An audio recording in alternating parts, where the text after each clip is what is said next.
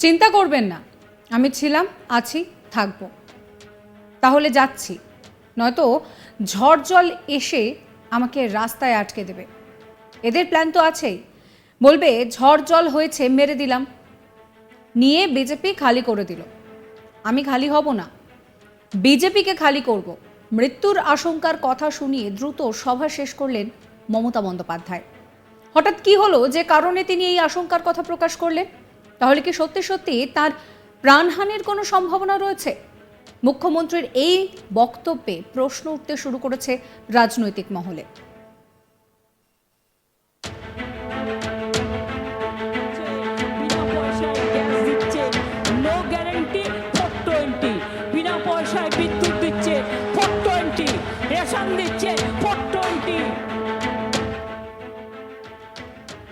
শনিবার বসিরহাট কেন্দ্রের হারোয়ার সার্কাস ময়দানে দলীয় প্রার্থীর সমর্থনে প্রচারে গিয়েছিলেন তৃণমূল সুপ্রিমো মমতা বন্দ্যোপাধ্যায়।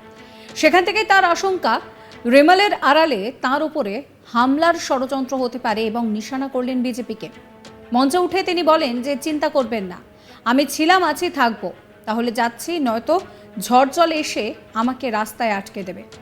এদের প্ল্যান তো আছেই, বলবে ঝড় জল হয়েছে মেরে দিলাম, নিয়ে বিজেপি খালি করে দিল। আমি খালি হব না, বিজেপিকে খালি করব। কি বলছেন মমতা বন্দ্যোপাধ্যায়, শোনাবো। চিন্তা করবেন না, আমি ছিলাম, আছি, থাকবো। তাহলে যাচ্ছি, তাহলে আবার ঝড় জল এসে আমাকে রাস্তায় হয়তো আমি চলে গেলে, বা এই তো প্ল্যান তো আছেই, চক্রান্ত আপনারা জানেন, বলবে ঝড় জল হয়েছে মেরে দিলাম, নিয়ে বিজেপি আর কি খালি করে দিল। আমি খালি হব না, বিজেপিকে খালি করব এবং আমি লড়ে যাব মানুষের জন্য। একই সঙ্গে তিনি বলেন যে অনেক ঝুঁকি নিয়ে এসেছি, আমার বক্তৃতার আগেই শেষ হয়ে গিয়েছে। আকাশে প্রচণ্ড মেঘ গর্জন চলছিল, তার মধ্যেও 5 মিনিটের জন্য ঝুঁকি নিয়ে এসেছি। একটা বড় ঝড় আসছে, তাই আমাকে এক্ষুনি যেতে হবে, নয়তো আমি আর যেতে পারবো না। আমার বিধাননগর বাগুইহাটিতে প্রোগ্রাম আছে। আমি এখানে আসার জন্য টানা 2 ঘন্টা অপেক্ষা করেছি। দল আসল, ব্যক্তি নয়। এনআরসি করতে দেব না। শোনাবো কি বলছেন মমতা বন্দ্যোপাধ্যায়। অনেক ঝুঁকি নিয়ে, আপনারা জানেন আমার বক্তৃতা আগেই হয়ে গেছে, আমি আগেই বক্তৃতা দিয়ে দিয়েছি, কারণ আকাশে প্রচণ্ড মেঘ গর্জন চলছিল, তার মধ্যেও ঝুঁকি নিয়ে এসেছি 5 মিনিটের জন্য। আমি বক্তৃতা আগেই আপনাদের কাছে দিয়ে দিয়েছি।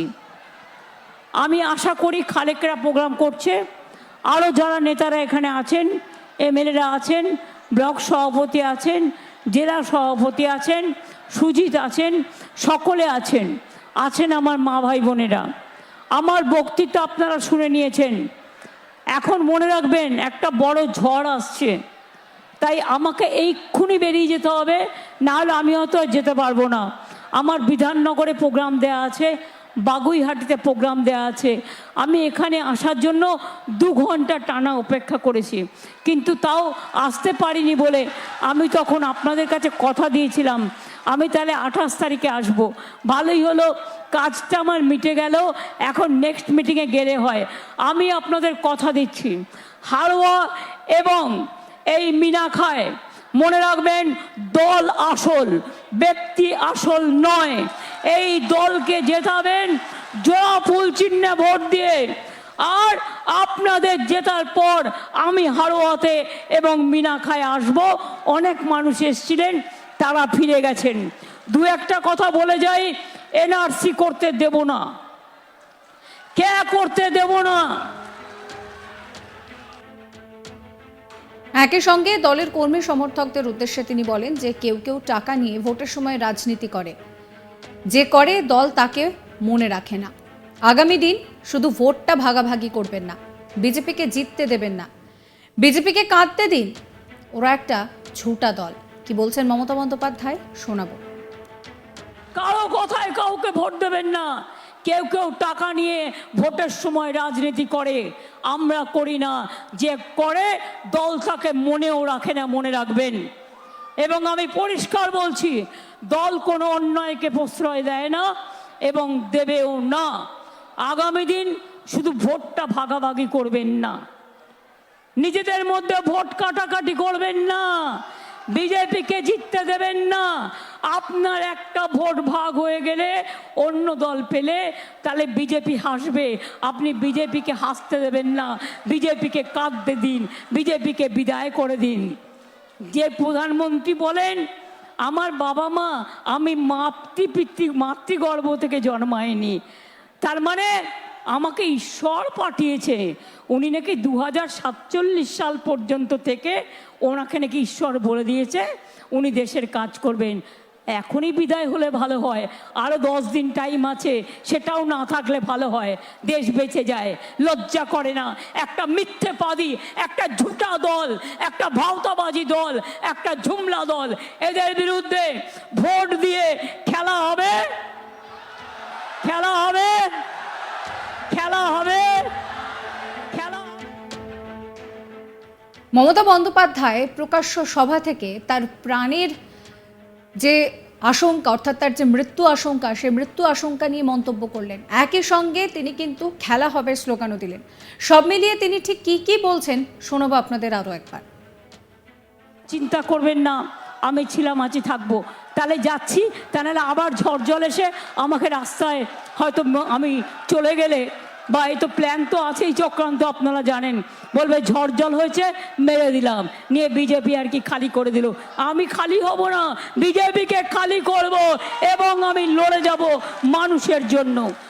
অনেক ঝুঁকি নিয়ে, আপনারা জানেন আমার বক্তৃতা আগেই হয়ে গেছে, আমি আগেই বক্তৃতা দিয়ে দিয়েছি, কারণ আকাশে প্রচণ্ড মেঘ গর্জন চলছিল, তার মধ্যেও ঝুঁকি নিয়ে এসেছি 5 মিনিটের জন্য। আমি বক্তৃতা আগেই আপনাদের কাছে দিয়ে দিয়েছি। আমি আশা করি খালেকরা প্রোগ্রাম করছে, আরও যারা নেতারা এখানে আছেন, এমএলএরা আছেন, ব্লক সভাপতি আছেন, জেলা সভাপতি আছেন, সুজিত আছেন, সকলে আছেন, আছেন আমার মা ভাই বোনেরা। আমার বক্তৃতা আপনারা শুনে নিয়েছেন। এখন মনে রাখবেন একটা বড় ঝড় আসছে, তাই আমাকে এইক্ষুনি বেরিয়ে যেতে হবে, নাহলে আমি হয়তো আর যেতে পারবো না। আমার বিধাননগরে প্রোগ্রাম দেয়া আছে, বাগুইহাটিতে প্রোগ্রাম দেয়া আছে। আমি এখানে আসার জন্য 2 ঘন্টা টানা অপেক্ষা করেছি, কিন্তু তাও আসতে পারিনি বলে আমি তখন আপনাদের কাছে কথা দিয়েছিলাম আমি তাহলে 28 তারিখে আসব। ভালোই হলো, কাজটা আমার মিটে গেল, এখন নেক্সট মিটিংয়ে গেলে হয়। আমি আপনাদের কথা দিচ্ছি, হাড়োয়া এবং এই মিনাখায় মনে রাখবেন, দল আসল, ব্যক্তি আসল নয়। এই দলকে জেতাবেন জোড়া ফুল চিহ্নে ভোট দিয়ে, আর আপনাদের জেতার পর সাবস্ক্রাইব করবেন আজ তাক বাংলার ইউটিউব চ্যানেলকে, ফলো করবেন হোয়াটসঅ্যাপ চ্যানেল।